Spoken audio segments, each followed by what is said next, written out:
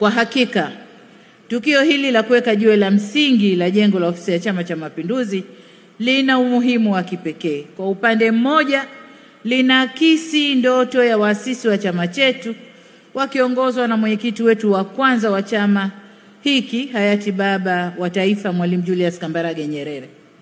Na kwa upande mwingine, tukio hili linathibitisha umadhubuti wa chama chetu na uwezo wake wa kupanga, kuamua na kutenda mambo makubwa na yenye maslahi kwa chama na taifa letu.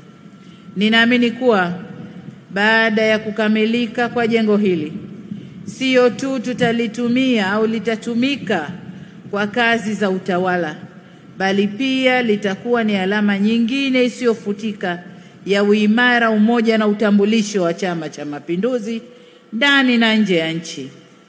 Tutakuwa na jengo la kisasa linaloakisi sio tu ukubwa wa chama chetu, bali pia nafasi ya chama hiki kuiongoza nchi yetu Tanzania, lakini pia kuwa chama kikubwa ndani ya Afrika, lakini hasa kusini mwa bara la Afrika.